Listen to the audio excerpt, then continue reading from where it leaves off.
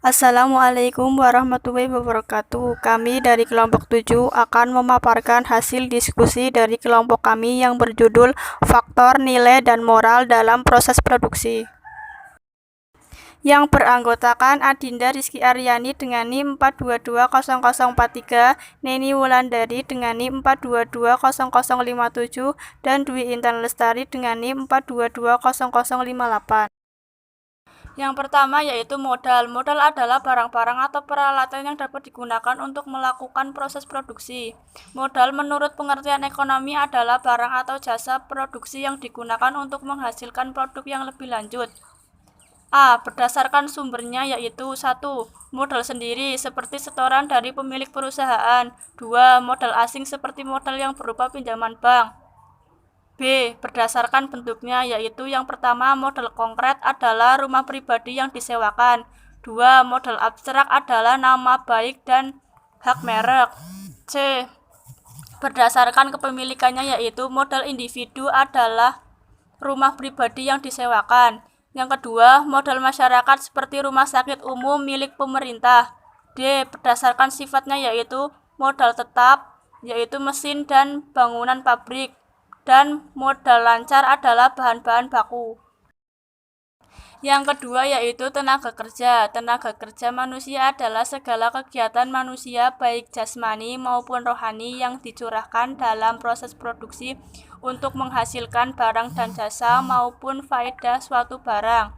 Tenaga kerja manusia dapat diklarifikasikan menurut tingkatnya atau kualitasnya, yang terdiri atas A. Tenaga kerja terdidik atau skilled labor adalah tenaga kerja yang memperoleh pendidikan formal ataupun non-formal. B. Tenaga kerja terlatih adalah tenaga kerja yang memperoleh keahlian berdasarkan latihan dan pengalaman. C. Tenaga kerja terdidik dan terlatih adalah tenaga kerja yang mengandalkan kekuatan jasmani daripada rohani. Yang ketiga, tanah adalah faktor produksi yang penting karena mencakup semua sumber daya alam yang digunakan dalam proses produksi. Ekonomi Islam mengakui tanah sebagai faktor ekonomi untuk dimanfaatkan secara maksimal demi mencapai kesejahteraan ekonomi masyarakat dengan memperhatikan prinsip-prinsip ekonomi Islam. Yang keempat, kewirausahaan adalah keahlian atau keterampilan yang digunakan seseorang dalam mengkoordinir faktor-faktor produksi. Sumber daya pengusaha yang disebut juga kewirausahaan berperan mengatur dan mengkombinasikan faktor-faktor produksi dalam rangka meningkatkan kegunaan barang atau jasa secara efektif dan efisien. Di dalam kerangka Islam, faktor produksi dapat didefinisikan menurut salah satu dari fungsi-fungsi berikut.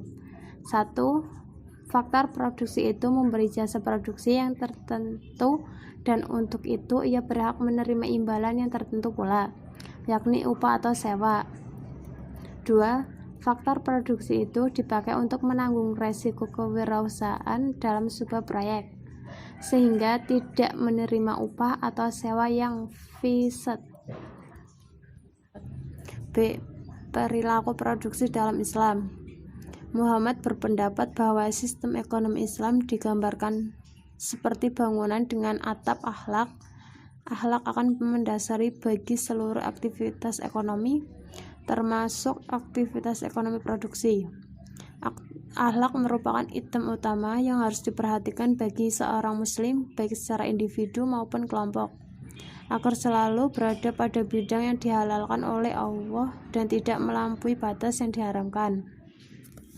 Seorang produsen muslim harus berbeda dari produsen non-muslim yang tidak memperdulikan batasan halal dan haram, hanya mementingkan keuntungan semata. Mereka tidak peduli apakah produk yang diproduksi memberikan manfaat atau tidak, memiliki nilai kebaikan atau tidak. Berbeda dengan seorang muslim, selalu memperhatikan masalah dari produk tersebut, artinya tidak merugikan diri sendiri dan masyarakat, tetapi dalam normal dan etika serta akhlak yang mulia. Sangat diharamkan memproduksi segala sesuatu yang merusak akidah dan akhlak, serta segala sesuatu yang menghilangkan identitas umat, merusak nilai-nilai agama, menyibukkan pada hal-hal yang sia-sia, dan menjauhkan kebenaran, mendekatkan kepada kebaikan kebatilan, mendekatkan dunia dan menjauhkan akhirat, merusak kesejahteraan individu dan mensejahterakan umum. Janganlah seseorang produsen mementingkan dirinya sendiri dan memaksimalkan keuntungan tanpa melihat halal dan haram sehingga bertolak belakang dengan agama. C. Nilai-nilai Islam dalam produksi. Upaya produsen dalam memperoleh maslahah yang maksimum dapat terwujud jika produsen mengaplikasikan nilai-nilai Islam.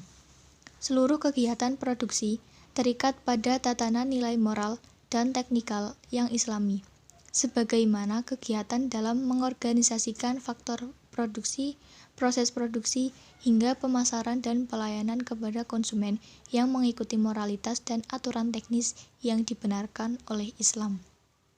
Nilai-nilai yang relevan dengan produksi dikembangkan nilai utama dalam ekonomi Islam, yaitu khilafah, adil, dan takaful. Nilai-nilai Islam dirincikan sebagai berikut. A. Berwawasan jangka panjang, yaitu berorientasi kepada tujuan akhirat. B. Menepati janji dan kontrak, baik dalam lingkup internal atau eksternal. C. Sesuai dan memenuhi takaran, ketepatan, kelugasan, dan kebenaran. D. Berpegang teguh pada kedisiplinan dan dinamis. E. Memuliakan prestasi atau produktivitas. F. Mendorong ukhuwah antar sesama pelaku ekonomi. G. Menghormati hak milik individu. H. Mengikuti syarat sah dan rukun akad atau transaksi. I. Adil dalam bertransaksi. J. Memiliki wawasan sosial. K. Pembayaran upah tepat waktu dan layak. L. Menghindari jenis dan proses produksi yang diharamkan dalam Islam. D. Motivasi dan moral produsen dalam berproduksi. Motivasi utama bagi produsen adalah mencari keuntungan yang maksimal dan yang maksimal dalam konvensional. Karena keuntungan yang besar secara material sangat dominan, meskipun terdapat motivasi lainnya. Produsen adalah profit seeker sekaligus profit maximer, baik dalam jangka panjang maupun jangka pendek.